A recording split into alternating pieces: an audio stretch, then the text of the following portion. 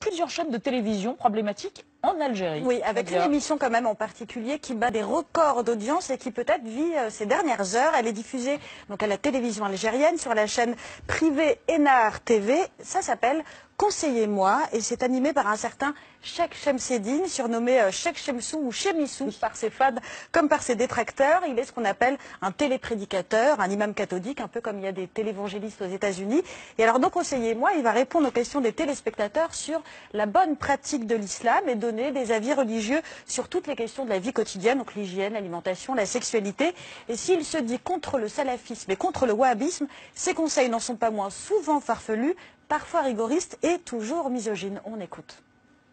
ولا بعض النساء اللي يلحسوا راكام مرأة مزوجة وعندها راجل في الخدمة وهي قابلة انسانها هكذا يجبد هكذا تقول هاي مصيبة. لا عيب هذه خوارم المروءة. هي ماشي حرام ولكن طيح قيمة الإنسان.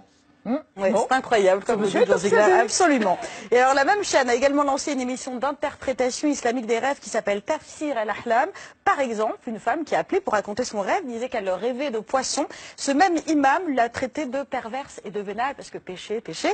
Et tout ça peut paraître presque grotesque à côté de prédicateurs télé qui sont beaucoup plus virulents. C'est le cas d'Abdel Fattah Madaj Ziraoui, qui est un imam salafiste régulièrement invité sur les plateaux télé pour émettre des fatwas. C'est lui notamment qui avait appelé au meurtre de l'écrivain Kamel Daoud, qui lui a valu une condamnation à 6 mois de prison. Alors la bonne nouvelle, c'est qu'on devrait un peu moins voir tout ce petit monde sur le petit écran, parce que les autorités ont enfin décidé de siffler la fin de la récré. En tout cas, l'autorité de régulation de l'audiovisuel promet d'interdire d'antenne charlatans, exorcistes et autres prédicateurs extrémistes.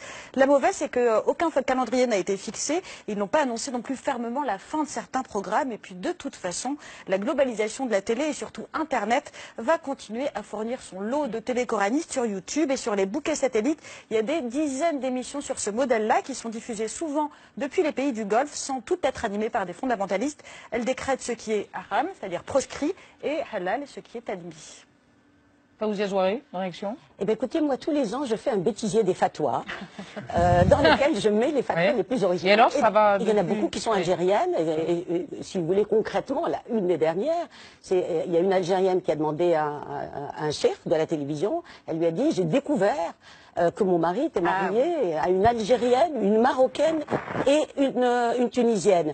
Et le conseil du shir, écoute ma fille, le mieux c'est qu'il se marie à une Libyenne pour créer une internationale, pour créer le Maghreb arabe uni et vous irez au paradis à cause de ça.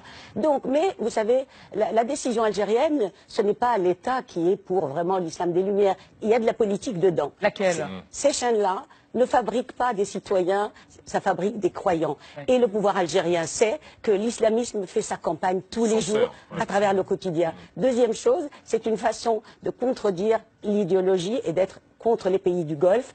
Et d'ailleurs, une des dernières décisions, c'est de dire, voilà, nous allons consommer de la fatwa locale. Et donc, nous ne voudrons plus de ces chaînes qui nous viennent du Golfe. Donc, il y a une sorte de protectionnisme religieux qui se met en place en Algérie. Merci pour ce décryptage, Fawzia Zouari.